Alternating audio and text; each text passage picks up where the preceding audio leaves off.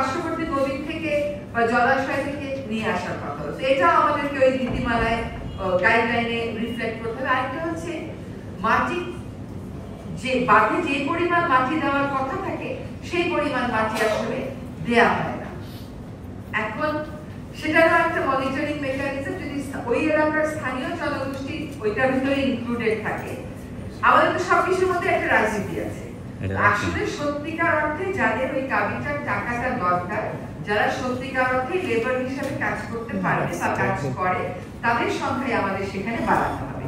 ফলে হাওর মাস্টার প্ল্যানের পরে দ্বিতীয় কাজটা হচ্ছে যে হাওরে বাঁধ সংক্রান্ত যে গাইডলাইন, সেটাও আমরা সংশোধনী প্রায় চূড়ান্ত করে এনেছি। তারপরে সকলের মতামত নিয়ে আমরা ওয়েবসাইটে দিব।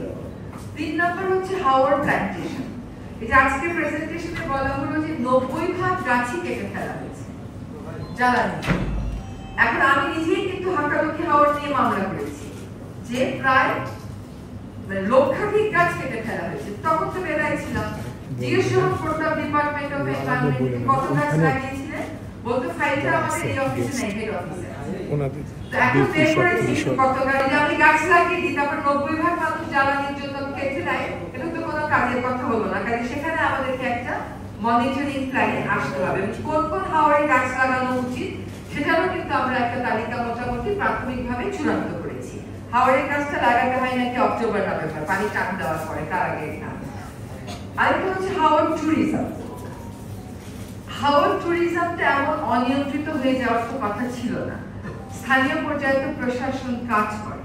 তো যাই হোক, আমাদের এখন হাওর অধিদপ্তরের যিনি ভারপ্রাপ্ত ডিজি আছেন তাকে আমি পাঠিয়েছিলাম। স্থানীয় প্রশাসনের সাথে কথা বলে আমরা একটা সুরক্ষা আদেশ, পানি আইনের অধীনে আজ পর্যন্ত কোথাও কোনো কাজ হয়নি, 2013 সালের পানি আইন, সেখানে সুরক্ষা আদেশ দেওয়ার বিধান আছে। তো আমরা হাওরের ট্যুরিজম নিয়ন্ত্রণে সুরক্ষা আদেশের খসড়াটা প্রস্তুত করছি এবং আশা করি এটা চূড়ান্ত করে দেবো। দেখেন, হাওরের বাস্তবতাটা এমন, মানুষ যদি না দেখে সে ওটা কিন্তু উপলব্ধি করতে পারবে না। কাজে মানুষ দেখুক, কিন্তু একটা তো সীমা থাকতে হবে। একই মানুষ প্রতিবার যাবে, অন্য মানুষেরা যাবে না। হাওরের ট্যুরিজমের ক্যাপাসিটি কত, কয়টা হাউস বোট আপনি এলাও করতে পারেন, হাউস বোট কোথায় যাবে কোথায় যাবে না। ধর সবকিছুই সরকার করে না এটা বুঝলাম, ধরেন সরকার করে দিল, কিন্তু ট্যুরিস্ট যদি হাওরে যাওয়ার সময় যে আওয়াজ সৃষ্টি করে গান বাজানোর যন্ত্রটি লাউড স্পিকার নিয়ে যায়, এখন সরকারের পক্ষে কি 20,000, 50,000, 30,000 মানুষকে দাঁড়িয়ে দাঁড়িয়ে পাহাড়টা দেওয়া সম্ভব হবে?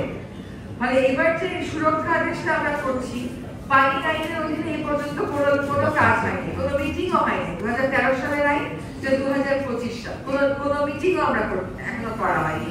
সেটাও করার উদ্যোগ নিচ্ছি। সুরক্ষা আদেশ আমরা একটা